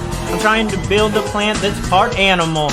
Casey and Margaret stared at their father in surprise. Margaret was the first to speak. You mean you're taking cells from an animal and putting them into a plant? He nodded. I really don't want to say more. You two understand why this must be kept a secret. He turned his eyes on Margaret, then Casey, studying their reactions. How do you do it? Margaret asked, thinking hard about everything he had just told them. How do you get these cells from the animals to the plant? I'm trying to do it by breaking them down electronically, he answered. I have 2 glass booths connected by a powerful electron generator. You may have seen them when you were snooping around down there. He made a sour face. Yeah, they look like phone booths, Casey said. One booth is a slender, and one is a receiver, he explained. I'm trying to send the right DNA, the right building blocks from one booth to the other. It's very delicate work. And have you done it, Mr. Margaret asked. I'm very close, Dr. Brewer said, a pleased smile crossing his face. The smile lasted only a few seconds. Then His expression thoughtful, he abruptly climbed to his feet. Gotta get back to work, he said quietly. See you two later. He started walking across the lawn, taking long strides. But Dad, Margaret called after him. She and Casey climbed to their feet too. Your head, the leaves, you didn't explain it, she said, as she and her brother hurried to catch up to him. Dr. Brewer shrugged. Nothing to explain, he said curtly, just a side effect. He adjusted his Dodgers cap. Don't worry about it. It's only temporary, just a side effect. Then he hurried into the house. Casey seemed really pleased by their dad's explanation of what was going on in the basement. Dad's doing really important work, he said, with unusual seriousness, but as Margaret made her way into the house, she found herself troubled by what her dad had said, and even more troubled by what he hadn't said. Margaret closed the door to her room and lay down on the bed to think about things. Her father hadn't really explained the leaves growing on his head, just a side effect, didn't explain much at all. A side effect from what? What actually caused it? What made his hair fall out? When will his hair grow back? It was obvious that he hadn't wanted to discuss it with them. He had certainly hurried back to his basement after telling them it was just a side effect, a side effect. It made Margaret feel very sick every time she thought about it. What must it feel like? Green leaves pushing up from your pores, uncurling against your head? Yuck! Thinking about it made her itch all over. She knew she'd have hideous dreams tonight. She grabbed a pillow and hugged it over her stomach, wrapping her arm tightly around it. There were lots of other questions Casey and I should have asked. She decided, like, why were the plants moaning down there, and why did some of them sound like they were breathing? Why did that plant grab Casey? What animal was Dad using? Lots of questions, not to mention that one Margaret wanted to ask most of all. Why were you gulping down that disgusting plant food? But she couldn't ask that one. She couldn't let her dad know she'd been spying on him. She and Casey hadn't really asked any of the questions they'd wanted answered. They were just so pleased that their father had decided to sit down and talk with them, even for a few minutes. His explanation was really interesting as far as it went. Margaret decided it was good to know that he was close to doing something truly amazing, something that would make him really famous. But what about the rest of it? A frightening thought entered her mind. Could he have been lying to them? No, she quickly decided. No, Dad wouldn't lie to us. There are just some questions he hasn't answered yet. She was still thinking about all the questions late that night after dinner, after talking to Diane on the phone for an hour, after homework, after watching a little TV, after going to bed, and she was still puzzling over them when she heard her father's soft footsteps coming up the carpeted stairs. She sat up in bed. A soft breeze flooded the curtains across the room. She listened to her father's footsteps pass the room, heard him go into the bathroom, heard the water begin to run in the sink. I've got to ask him, she decided. Glancing at the clock, she saw that it was 2:30 in the morning, but she realized she was wide awake. I've got to ask him about the plant food, otherwise it'll drive me crazy. I think about it, and I think about it, and I think about it every time I see him. I'll picture him standing over the sink, shoving handful after handful into his mouth. There's gotta be a simple explanation, she told herself.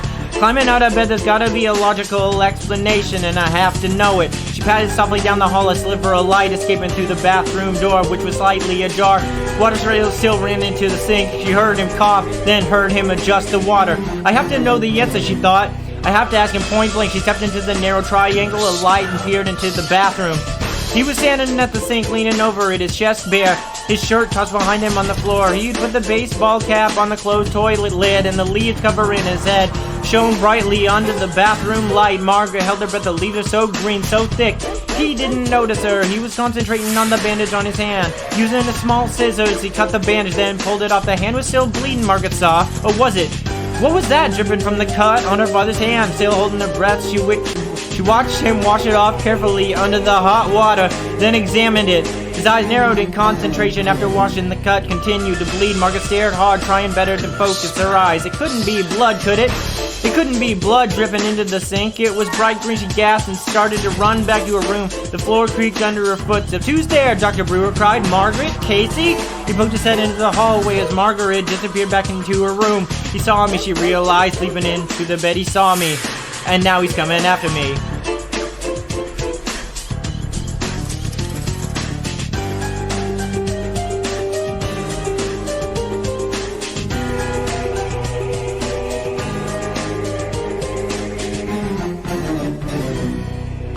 Margaret pulled up the covers to her chin. She realized she was trembling, her whole body shaking and chilled. She held her breath and listened. She could still hear water splashing into the bathroom sink, but no footsteps. He isn't coming after me, she told herself, letting out a long, silent sigh. How could I have thought that? How could I have been so terrified of my own father? Terrified. It was the first time the word had crossed her mind. But sitting there in bed, trembling so violently, holding on to the covers hard, listening for his approaching footsteps, Margaret realized that she was terrified of her own father. If only Mom were home, she thought. Without thinking, she reached for the phone. She had the idea in her head to call her mother, wake her up, tell her to come home as fast as she could, tell her something terrible was happening to Dad, that he was changing, that he was acting so weird. She glanced at the clock, 2:43. No, she couldn't do that. Her poor mother was having such a terrible time in Tucson trying to take care of her sister. Margaret couldn't frighten her like that. Besides, what could she say? How could she explain to her mother how she had become terrified of her own father? Mrs. Brewer would just tell her to calm down, that her father still loved her, and that he would never harm her, that he was just caught up in his work, caught up. He had leaves growing out of his head. He was eating dirt, and his blood was green. Caught up. She heard the water in the sink shut off. She heard the bathroom light being clicked off. Then she heard her father pass slowly to his room at the end of the hall. Margaret relaxed a little, slid down the bed, loosened her grip on the blankets. She closed her eyes and tried to clear her mind. She tried counting sheep. That never worked. She tried counting to 1,000. At 375, she sat up. Her head throbbed, her mouth was dry as cotton. She decided to go downstairs and get a drink of cold water from the refrigerator. I'm gonna be a wreck tomorrow, she thought, making her way silently through the hall and down the stairs. It is tomorrow. What am I gonna do? I've gotta get asleep. The kitchen floor creaked beneath her bare feet. The refrigerator motor clicked on noisily, startling her, but cool, she told herself. You gotta be cool. She had opened the refrigerator and was reaching for the water bottle when a hand grabbed her shoulder. Ah! She cried out and dropped the open bottle onto the floor. Ice-cold water puddled around her feet. She leapt back, but her feet were soaked. Casey, you scared me, she exclaimed. What are you doing up? What are you doing up? He replied, half asleep. His blonde hair muttered against his forehead. I couldn't sleep. Help me mop up this water. I didn't spill it, he said, backing away. You mop it up. You made me spill it, Margaret declared shrilly. She grabbed a roll of paper towels from off the counter and handed him a wad of them. Come on, hurry. They both got down on their knees by the light from the refrigerator, began mopping up the cold water. I just keep thinking about them, Casey said, tossing a soaked wad of paper towel onto the counter. That's why I can't sleep. Me too, Margaret said, frowning. She started to say something else, but a sound from the hallway stopped her. It was a plaintive cry, a moan filled with sadness. Margaret gasped and stopped dabbing at the water. What was that? Casey's eyes filled with fear. They heard it again, such a sad sound, like a plea, a mournful plea. It's coming from the basement, Margaret said. Do you think it's a plant? Casey asked very quietly. Do you think it's one of Dad's plants? Margaret didn't answer. She crouched on her knees, not moving, just listening. Another moan, softer this time, but just as mournful. I don't think Dad told us the truth, she told Casey, staring into his eyes. He looked pale and frightened in the dim refrigerator light.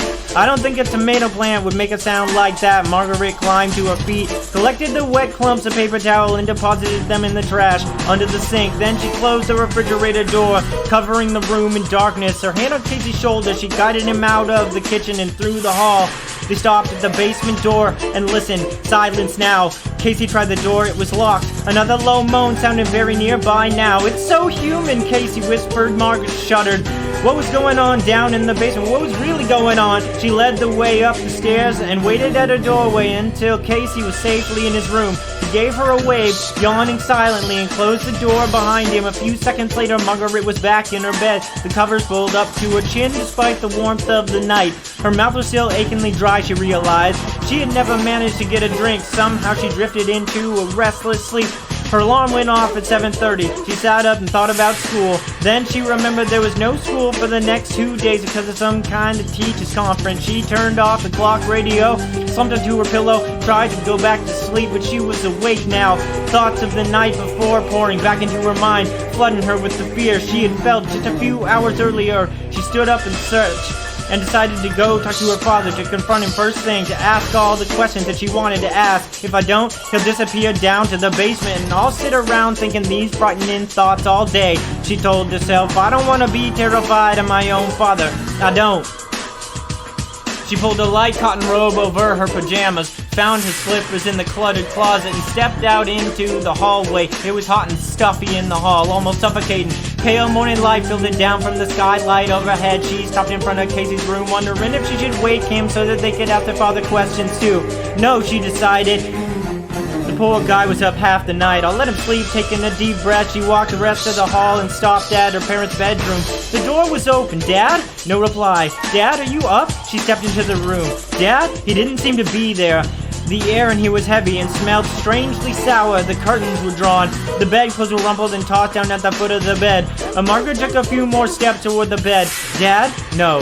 She had missed him. He was probably already locked in his basement workroom. She realized unhappily he must have gotten up very early. And what was that in the bed? Margaret clicked on a dresser lamp and stepped up beside the bed. Oh no, she cried, raising her into her face in horror. The bed sheet was covered with a thick layer of dirt.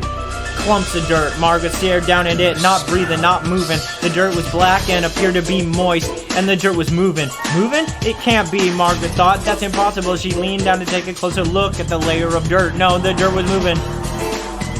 The dirt was filled with dozens of moving insects and long brown earthworms, all crawling through the wet black clumps that lined her father's bed.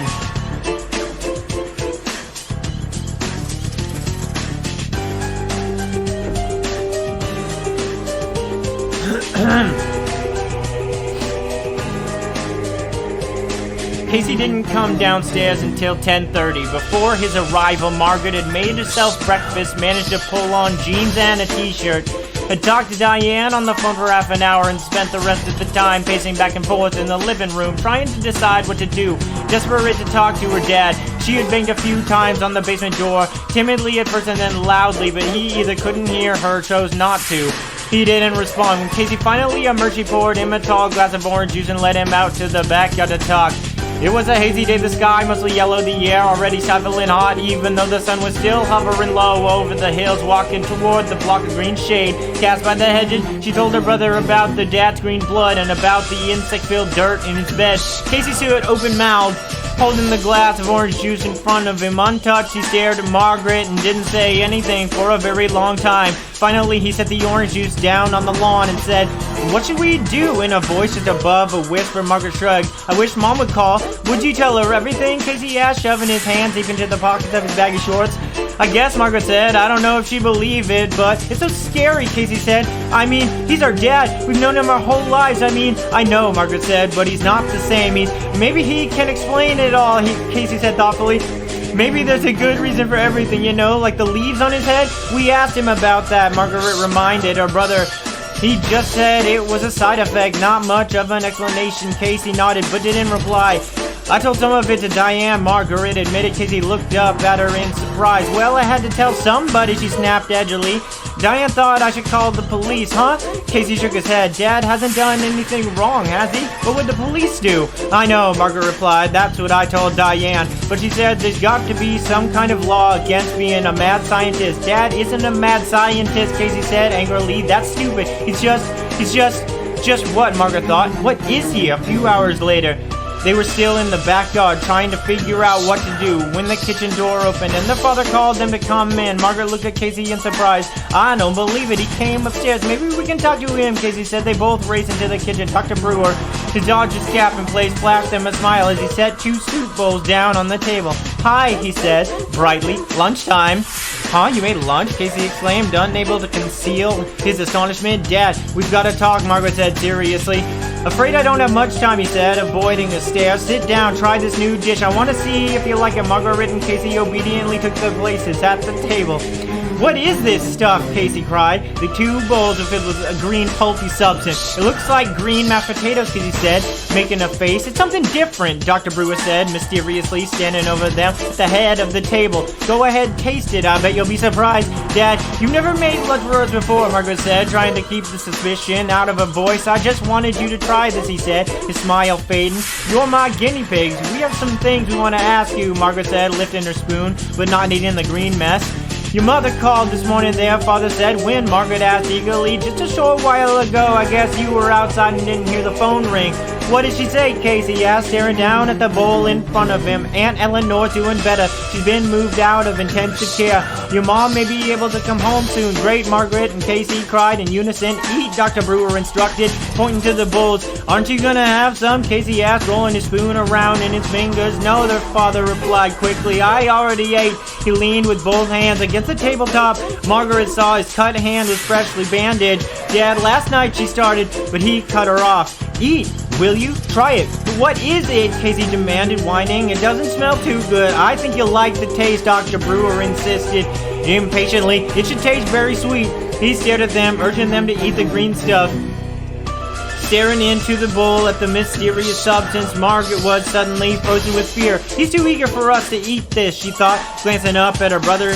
He's too desperate. He's never made lunch before. Why did he make this, and why won't he tell us what it is? What's going on here, she wondered, and Casey's expression revealed he was wondering the same thing.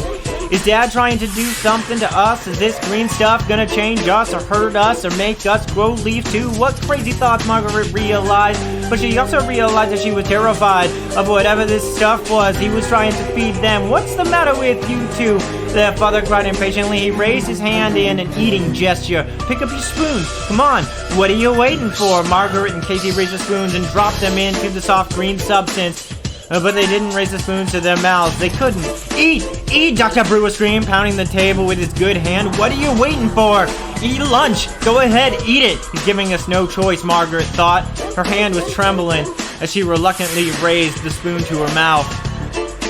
Go ahead, you'll like it, Dr. Brewer insisted, leaning over the table. Casey watched as Margaret raised the spoon to her lips. The doorbell rang. Who could that be? Dr. Brewer asked, very annoyed at the interruption. I'll be right back, kids. He lumbered out to the front hall. Saved by the bell, Margaret said, dropping the spoon back into the bowl with a sickening plop.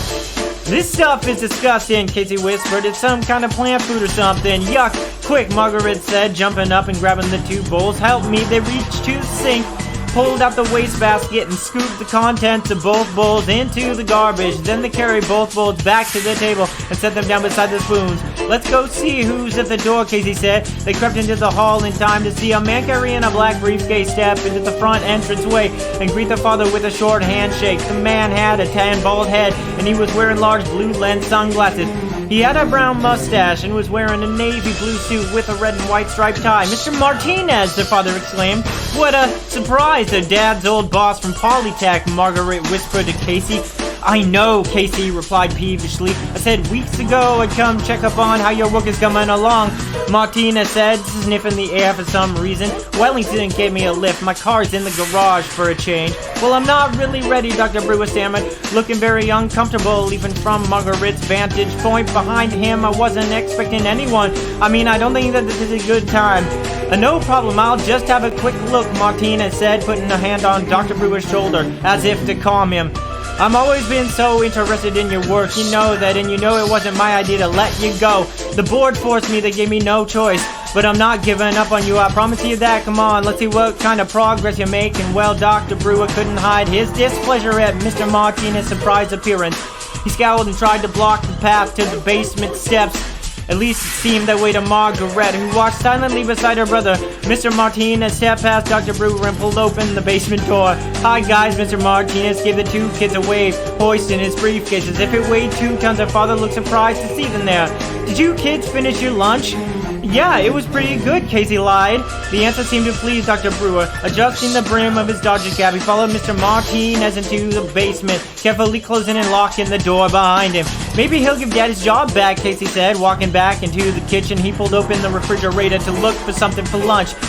Don't be stupid, Margaret said, reaching over him to pull out a container of egg salad. If Dad really is growing plants that are part animal, he'll be famous. He won't need a job, yeah, I guess, Casey said thoughtfully. Is that all there is? Just egg salad? I'll make you a sandwich, Margaret offered. I'm not really hungry, Casey replied. That green stuff made me sick. Why do you think he wanted us to eat it? I don't know, Margaret said. She put a hand on Casey's slender shoulder. I'm really scared, Casey. I wish Mom were home. Me too, he said quietly. Margaret put the egg salad back into the refrigerator. She closed the door, then leaned her hot forehead against it. Casey, what? Do you think Dad's telling us the truth about what? About anything? I don't know, Casey said, shaking his head. Then his expression suddenly changed. There's only one way to find out, he said, his eyes lighting up. Huh? What do you mean, Margaret? Push yourself away from the refrigerator. The first chance we get, the first time Dad is away, Casey whispered. Let's go down into the basement and see for ourselves what Dad is doing. Ooh, chapter 13, the cursed chapter, and I desperately need liquid.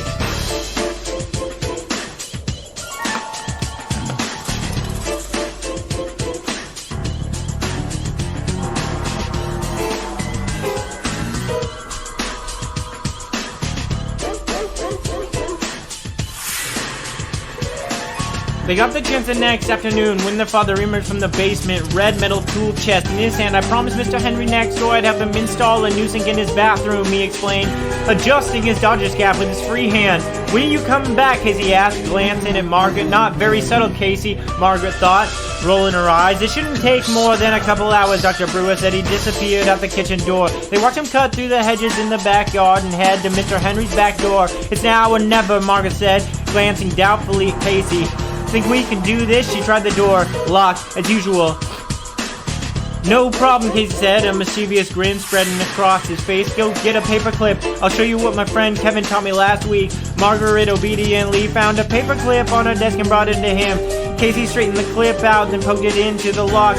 In a few seconds, he hummed a triumphant fanfare and pulled the door open. Now you're an expert lockpicker, huh? Your friend Kevin is a good guy to know, Margaret said, shaking her head. Casey grinned and motioned for Margaret to go first. Okay, let's not think about it. Let's just do it, Margaret said, summoning her courage and stepping onto the landing. A few seconds later, they were in the basement. Knowing a little of what to expect down here didn't make it any less frightening.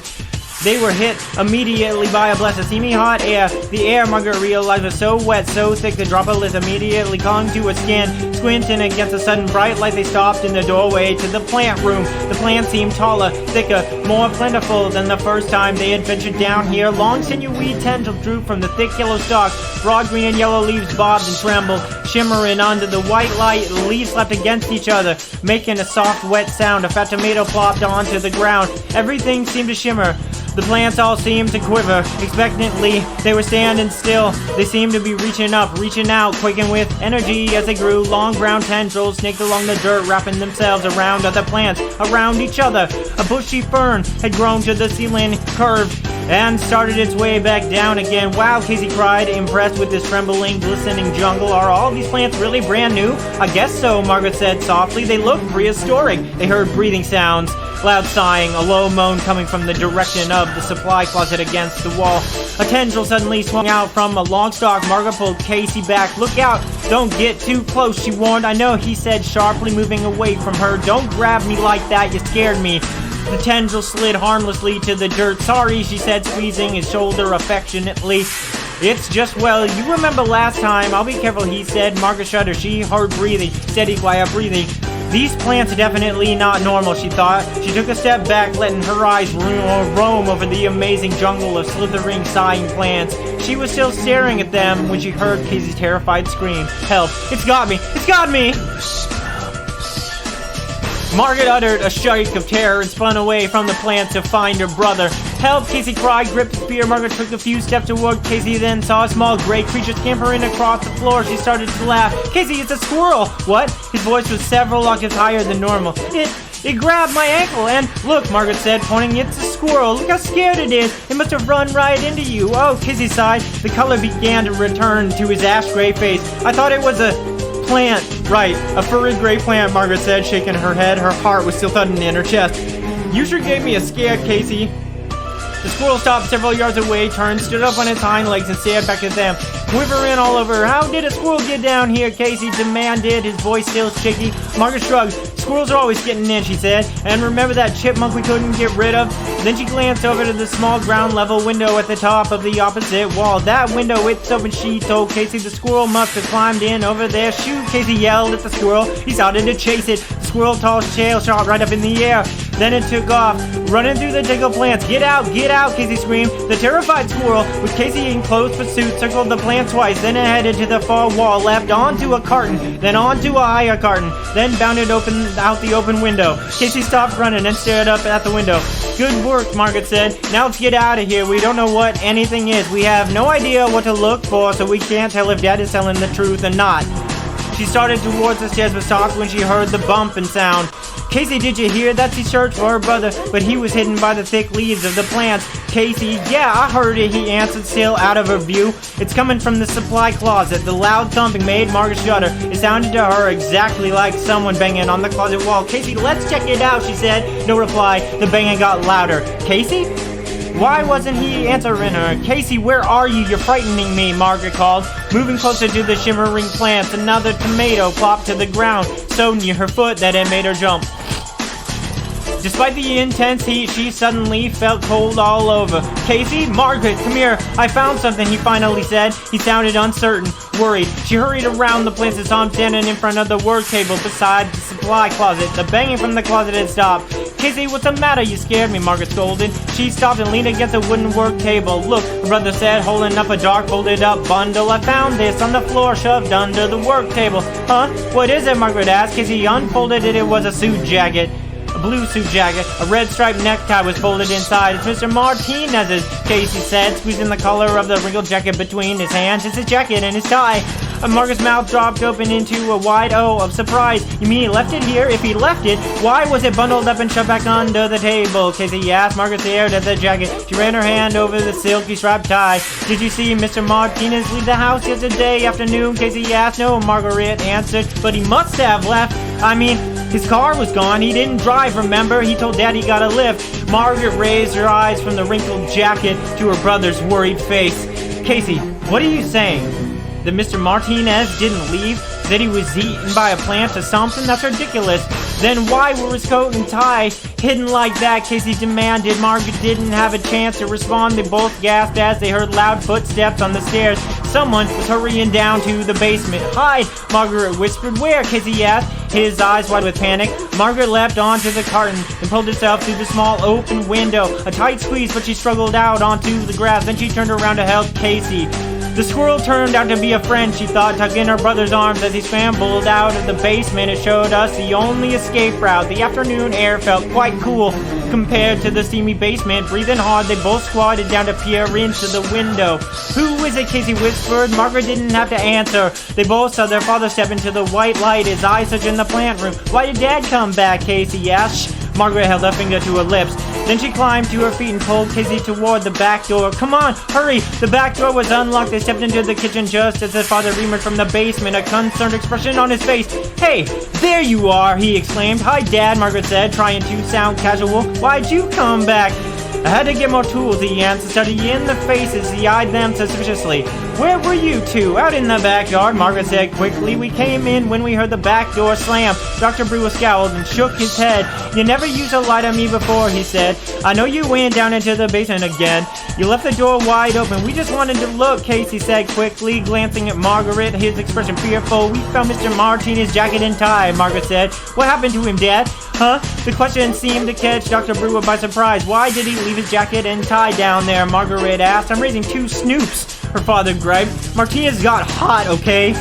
I have to keep the basement at a very high tropical temperature with lots of humidity.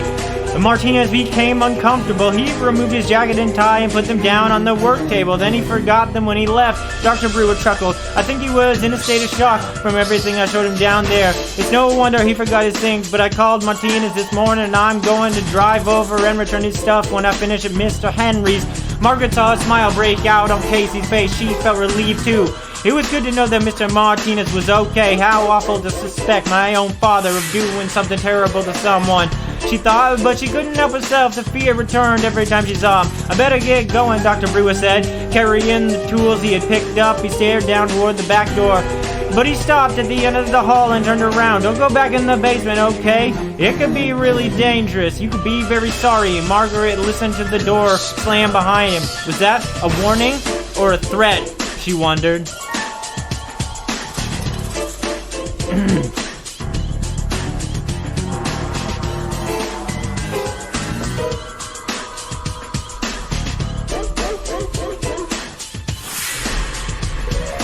Margaret spent Saturday morning biking up in the Golden Hills with Diane. The sun burned through the morning smog and the skies turned blue. A strong breeze kept them from getting too hot. The narrow road was lined with red and yellow wildflowers, and Margaret felt as if she were traveling somewhere far, far away.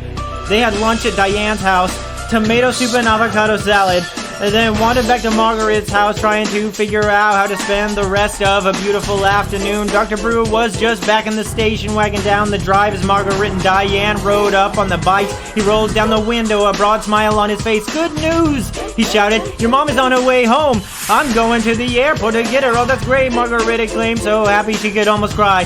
Margaret and Diane waved and pedaled away up the driveway. I'm so happy, Margaret thought. It'll be good to have her back. Someone I can talk to, someone who can explain about Dad. They looked through some old copies of Sassy and People in Margaret's room, listening to some tapes that Margaret had recently bought. At a little past 3, Diane suddenly remembered that she had to make a piano lesson that she was late for. She rushed out the house in a panic, jumped on her bike, yelled, "Say hi to your mom for me," and disappeared down the drive. Margaret stood behind the house, looking at the rolling hills, wondering what to do next to make the time pass before her mother got home. The strong, swirling breeze felt cool against her face. She decided to get a book and go sit down with it under the shady sassafras trees in the middle of the yard. She turned and pulled open the kitchen door, and Casey came running up. "Where are our kites?" he asked, out of breath. "Kites? I don't know. Why?" Margaret asked. Hey, she grabbed his shoulder to get his attention. "Mom's coming home. She could be here in an hour or so." "Great," he cried. "Just enough time to fly some kites. It's so windy. Come on, wanna fly them with me?" "Sure," Margaret said. It would help pass the time. She thought hard, trying to remember where they put the kites. "Are they in the garage?" "No," Casey told her. "I know. They're in the basement on those shelves. The string, too." He pushed past her into the house. "I'll jimmy the lock and go down there and get them." "Hey, Casey, be careful down there," she called after him. He disappeared into the hallway. Margaret had second thought. She didn't want Casey down there by himself in the plant room. "Wait up," she called.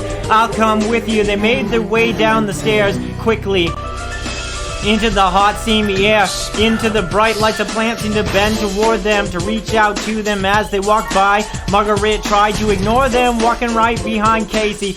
She kept her eyes on the tall metal shelves straight ahead. The shelves were deep and filled with old unwanted toys, games, and sports equipment, a plastic tent, some old sleeping bags. Casey got the first and started rummaging around on the lower shelves. "I know they're here somewhere," he said. "Yeah, I remember storing them here," Margaret said, running her eyes over the top shelves. Casey, down on his knees, started pulling boxes off the bottom shelf. Suddenly, he stopped. "Whoa, Margaret." "Huh?" She took a step back. "What is it?" "Look at this," Casey said softly. He pulled something out from behind the shelves, then stood up with it bundled in his hands. Margaret saw that he was holding a pair of black shoes and a pair of blue trousers. Blue suit trousers? His face suddenly felt pale. His speech drawn, Casey let the shoes drop to the floor. He unfurled the trousers and held them up in front of him. "Hey, look in the back pocket," Margaret said, pointing. Casey reached into the back pocket and pulled out a black leather wallet. "I don't believe this," Margaret said. Casey's hands trembled as he opened the wallet and searched inside. He pulled out a green American Express card and read the name on it. "It belonged to Mr. Martinez," he said, swallowing hard. He raised his eyes to Margaret's. "This is Mr. Martinez's stuff." "Dad lied," Casey said, staring in horror at the wallet in his hands. "Mr. Martinez might leave without his jacket, but he wouldn't leave without his pants and shoes." "But what happened to him?" Margaret asked. Feeling sick, Casey slammed the wallet shut. He shook his head sadly, but didn't reply. In the center of the room, a plant seemed to groan. The sound startled in the two kids. "Dad lied," Casey repeated, staring down at the plants and shoes on the floor. "Dad lied to us."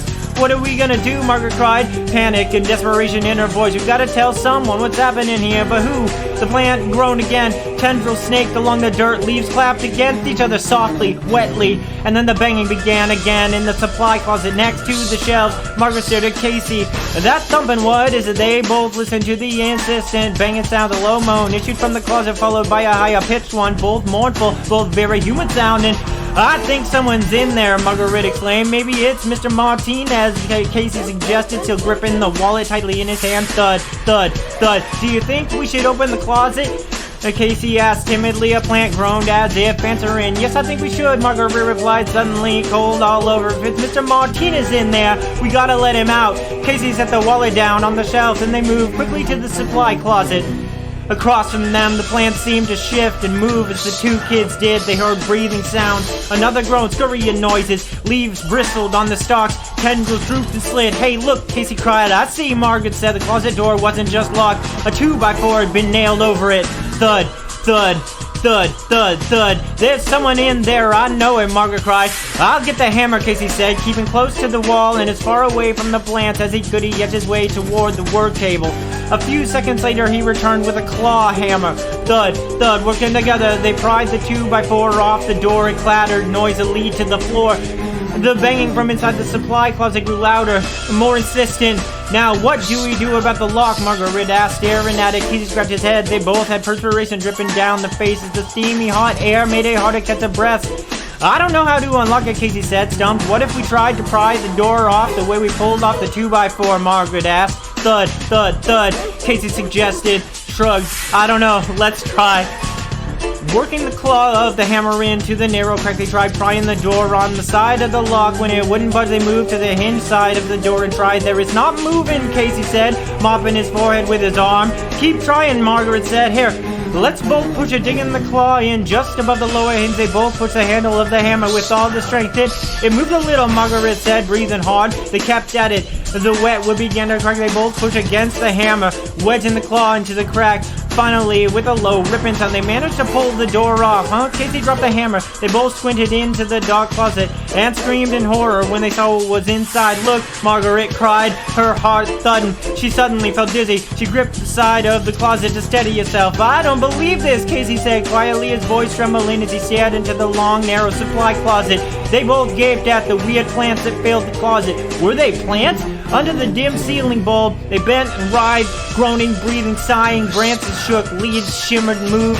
Tall plants leaned forward as if reaching out to Margaret and Casey. Look at that one, Casey cried, taking a step back, stumbling into Margaret. It has an arm! Oh! Margaret followed Casey's stare. Casey was right. The tall, leafy plant appeared to have a green human arm descending from its stalk.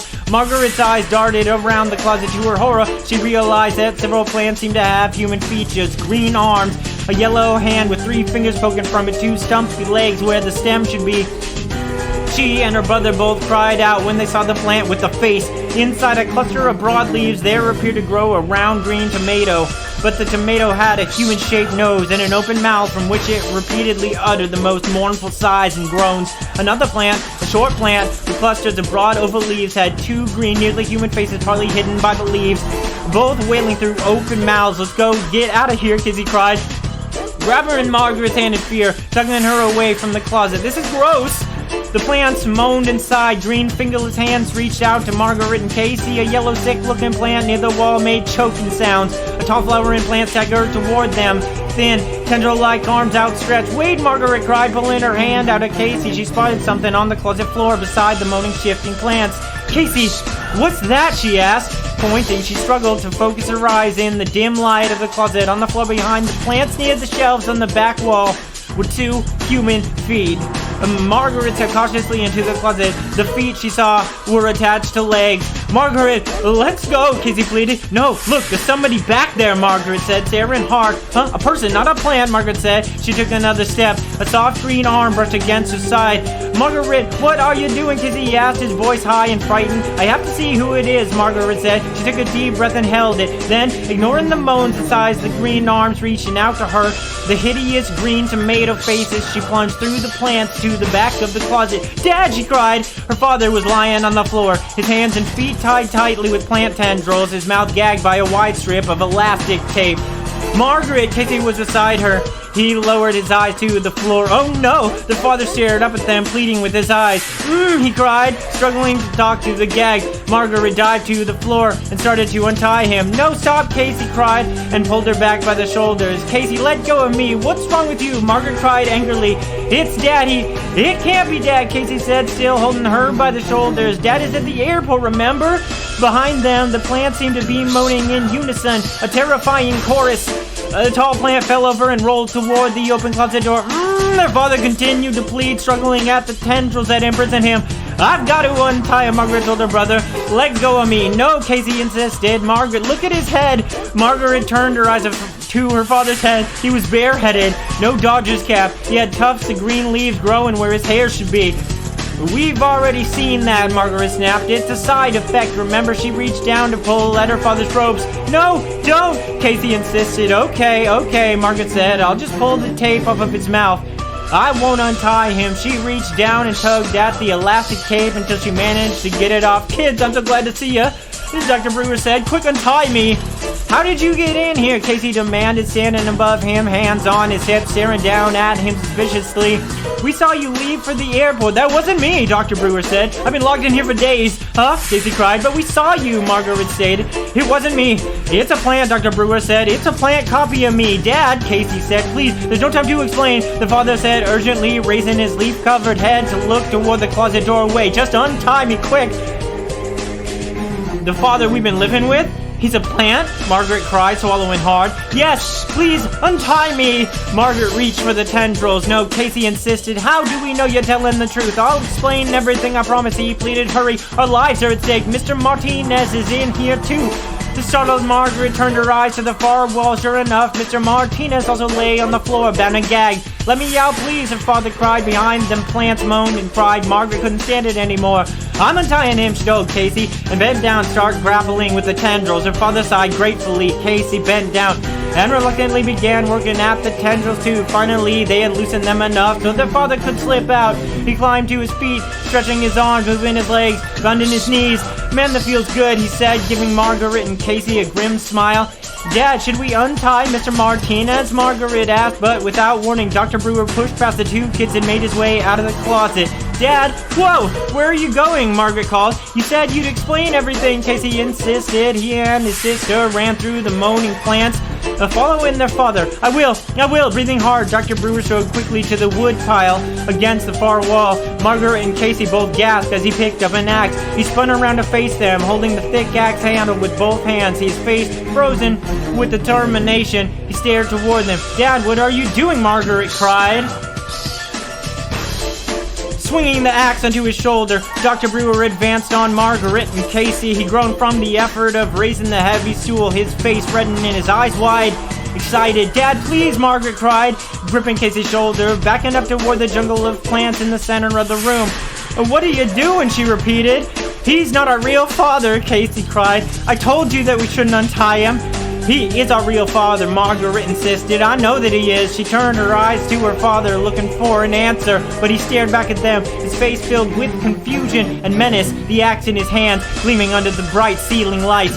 Dad, answer us, Margaret demanded. Answer us. Before Dr. Brewer could reply, they heard loud, rapid footsteps clumping down the basement steps. All four of them turned to the doorway of the plant room to see an alarmed-looking Dr. Brewer enter. He grabbed the bill of his Dodger cap as he strode angrily toward the two kids. What are you two doing down here? He cried. You promised me. Here's your mother.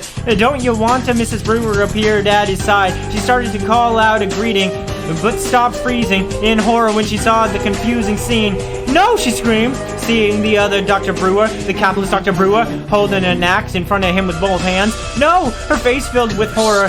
She turned to the Dr. Brewer that had just brought her home.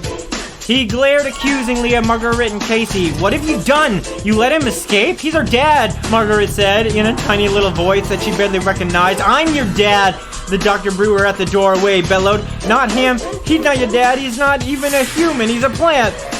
Margaret and Casey both gasped and drew back in terror. You're the plant, the bare-handed Dr. Brewer accused, raising the axe. He's dangerous, the other Dr. Brewer exclaimed. How could you have let him out? Caught in the middle, Margaret and Casey stared from one father to the other. Who was their real father? That's not your father, Dr. Brewer with the Dodger's cap cried again, moving into the room. He's a copy, a plant copy. One of my experiments that went wrong. I locked him in the supply closet because he's dangerous. You're the copy, the other Dr. Brewer accused, and raised the axe again. Margaret and Casey stood motionless, exchanging terrified glances. Kids, what have you done? Mrs. Brewer cried, her hands pressed against her cheeks, her eyes wide with disbelief. What have we done? Margaret asked her brother in a low voice, staring wide-eyed from one man to the other. Casey seemed too frightened to reply. I don't know what to do, Casey managed to whisper. What can we do? Margaret wondered silently, realizing that her entire body was trembling. He has to be destroyed, the axe-wielding Dr. Brewer shouted, staring at his look-alike across the room. Beside them, plants quivered and shook, sighing loudly. Tendrils slithered across the dirt. Leaves shimmered and whispered, Put down the axe. You're not fooling anyone, the other Dr. Brewer said. You have to be destroyed, Dr. Brewer with no cap repeated, his eyes wild, his face scarlet, moving closer, the axe gleaming as if electrified under the white light. Dad would never act like this, Margaret realized. Casey and I were idiots. We let him out of the closet, and now he's gonna kill our real dad and mom, and then us. What can I do? She wondered, trying to think clearly, even though her mind was whirring wildly out of control. What can I do? Uttering a desperate cry of protest, Margaret leaped forward and grabbed the axe from the imposter's hands. He gaped in surprise as she steadied her grip on the handle. It was heavier than she'd imagined. Get back, she screamed. Get back now. Margaret, wait, her mother cried, still too frightened to move from the doorway. The capitalist Dr. Brewer reached for the axe. Give it back to me. You don't know what you're doing, he pleaded. and made a wild grab for it. Margaret pulled back and swung the axe. "Stay back, everyone, stay back!" Thank goodness, Dr. Brewer with the Dodgers cap exclaimed. "We've got to get him back in the closet. He's very dangerous." He stepped up to Margaret. "Give me the axe." Margaret hesitated. "Give me the axe," he insisted. Margaret turned to her mother. "What should I do?" Mrs. Brewer shrugged helplessly. "I don't know." "Princess, don't do it," the capitalist Dr. Brewer said softly, staring into Margaret's eyes. "He called me Princess," Margaret realized. The other one never had. "Does this mean that the dad in the closet is my real dad?" "Margaret, give me the axe." The one in the cap made a grab for it. Margaret backed away and swung the axe again. "Get back. Both of you, stay back," she warned. "I'm warning you," Dr. Brewer in the cap said. "He's dangerous. Listen to me, Margaret. Get back," she repeated, desperately trying to decide what to do. "Which one is my real dad? Which one? Which one? Which one?" His eyes darting back and forth from one to the other, she saw that each of them had a bandage around his right hand, and it gave her an idea. "Casey, there's a knife on the wall over there," she said, still holding the axe. "Boys, get it for me fast."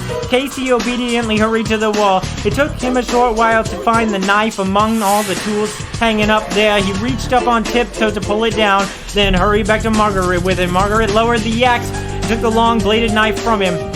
"Margaret, give me the axe," the man in the Dodgers cap insisted impatiently. "Margaret, what are you doing?" the man from the supply closet asked, suddenly looking frightened. "I have an idea," Margaret said, hesitantly. She took a deep breath, then she stepped over to the man from the supply closet and pushed the knife blade into his arm. "Ow!" he cried out as the blade cut through his skin. Margaret pulled the knife back, having made a tiny puncture hole. Red blood trickled from the hole. "He's a real dad," she told Casey, sighing with relief. "Here, Dad." She handed him the axe. "Margaret, you're wrong!" the man in the baseball cap cried in alarm. "He's tricked you! He tricked you!" The capitalist Dr. Brewer moved quickly. He picked up the axe, took 3 steps forward, pulled the axe back, and swung with all his might. The Dr. Brewer in the cap opened his mouth wide and uttered a hushed cry of alarm. The cry was choked off as the axe cut easily through his body, slicing him into a thick green liquid oozed from the wound. As the man felt his mouth locking open in disbelief and horror, Margaret could see that his body was actually a stem. He had no bones, no human organs. The body thudded to the floor, green liquid puddled around it. "Princess, we're okay," Dr. Brewer cried, flinging the axe aside. "You guessed right." "It wasn't a guess," Margaret said, sinking into his arms. "I remembered the green blood. I saw it late at night. One of you was in the bathroom, bleeding green blood. I knew my real dad would have red blood." "We're okay," Mrs. Brewer cried, rushing into her husband's arms. "We're okay. We're all okay." All 4 of them rushed together in an emotional family hug. "One more thing we gotta do," their father said, his arms around the 2 kids. "Let's get Mr. Martinez out of the closet." By dinner time, things had almost returned to normal. They had finally managed to welcome their mother home and tried to explain to her all that had happened in her absence. Mr. Martinez had been rescued from the supply closet, not too much the worse for wear. He and Dr. Brewer had a long discussion about what had happened and about Dr. Brewer's work. He expressed total bewilderment as to what Dr. Brewer had accomplished, but he knew enough to realize that it was historic. "Perhaps you need the structured environment the lab on campus offers. I'll talk to the board members about getting you back on staff," Martinez said. It was his way of inviting their father back to work. After Mr. Martinez was driven home, Dr. Brewer disappeared into the basement for about an hour. He returned grim-faced and exhausted. "I destroyed most of the plants," he explained, sinking into an armchair. "I had to. They were suffering. Later, I'll destroy the rest." "Every single plant?" Mrs. Brewer asked. "Well, there are a few normal ones that I can plant out back in the garden," he replied. He shook his head sadly. "Only a few." At dinner, he finally had the strength to explain to Margaret, Casey, and Mrs. Brewer what had happened down in the basement. "I was working on a super plant," he said, trying to electronically make a new plant using DNA elements from other plants. Then I accidentally cut my hand on a slide. I didn't realize it, but some of my blood got mixed in with the plant molecules I was using. When I turned on the machine, my molecules got mixed in with plant molecules, and I ended up with something that was part human, part plant. "That's gross," Casey exclaimed, dropping a forkful of mashed potatoes. "Well, I'm a scientist," Dr. Brewer replied, "so I didn't think it was gross. I thought it was pretty exciting. I mean, here I was inventing an entirely new kind of creature. Those plants with faces," Margaret started. His father nodded. Yes, those are things I'm made by inserting human materials into plant materials. I kept putting them into the supply closet. I got carried away. I didn't know how far I could go, how human I could make the plants. I could see that my creations were unhappy, suffering, but I couldn't stop. It was too exciting. He took a long drink of water from his glass. You didn't tell me any of this, Mrs. Brewer said, shaking her head. I couldn't, he said. I couldn't tell anyone. I was too involved. Then one day, I went too far. I created a plant that was an exact copy of me in almost every way. He looked like me, he sounded like me, and he had my brain, my mind, but he still acted like a plant in some ways, Margaret said. He ate plant food, and he wasn't perfect, Dr. Brewer said, leaning forward over the dinner table, talking in a low, serious voice. He had flaws, but he was strong enough and smart enough to overpower me, to lock me in the closet and to take my place and to continue my experiments. When Mr. Martinez arrived unexpectedly, he locked Martinez in the closet too, so that his secret would be safe. Was the head full of leaves one of the flaws? Casey asked. Dr. Brewer nodded. Yes, he was almost a perfect clone of me, almost a perfect human. But not quite. But Dad, Margaret said, pointing, you have leaves on your head too. He reached up and pulled one off. I know, he said, making a disgusting face. That's really gross, huh? Everyone agreed. Well, when I cut my hand, some of the plant materials mixed with my blood got into my system, he explained, and then I turned on the machine. The machine created a strong chemical reaction between the plant materials and my blood. Then my hair fell out overnight, and the leaves immediately started to sprout. Don't worry, guys, the leaves are falling out already. I think my hair will grow back. Margaret and Casey cheered. I guess things will return to normal around here, Mrs. Brewer said, smiling at her husband. Better than normal, he said, smiling back. If Martinez convinces the board to give him a job back, we'll clear out the basement and turn it into the best game room you ever saw. Margaret and Casey cheered again. We're all alive and safe, Dr. Brewer said, hugging both kids at once, thanks to you two. It was the happiest dinner Margaret could remember. After they cleaned up, they all went out for ice cream. It was nearly 10 o'clock when they returned. Dr. Brewer headed for the basement. Hey, where are you going? His wife called suspiciously. I'm just going down to deal with the rest of the plants, Dr. Brewer assured her. I want to make sure that everything is gone and that this horrible chapter in our lives is over. By the end of the week, most of the plants have been destroyed. A giant pile of leaves, roots, and stalks were burned in a bonfire that lasted for hours. A few tiny plants had been transplanted outside. All of the equipment had been dismantled and trucked to the university on Saturday. All four brewers went to select a pool table for the new basement rec room. On Sunday, Margaret found herself standing in the back by the garden, staring up at the Golden Hills. It's so peaceful now, she thought happily. So peaceful here and so beautiful. The smile faded from her face when she heard the whisper at her feet. Margaret. She looked down to see a small yellow flower nudging her ankle. Margaret, the flower whispered. Help me. Please, help me. I'm your father. Really? I'm your real father.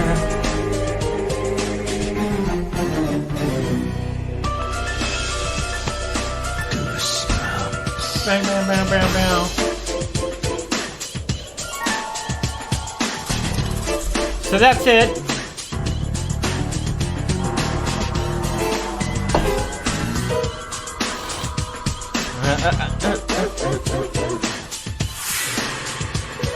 Oh, I wish I should have put on the end. God, how long was that? 2 hours. Ugh.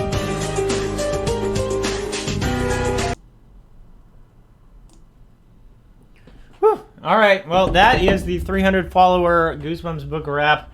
Oh God, tell me I was recording regular ways. I was. Cool, I can stop that too.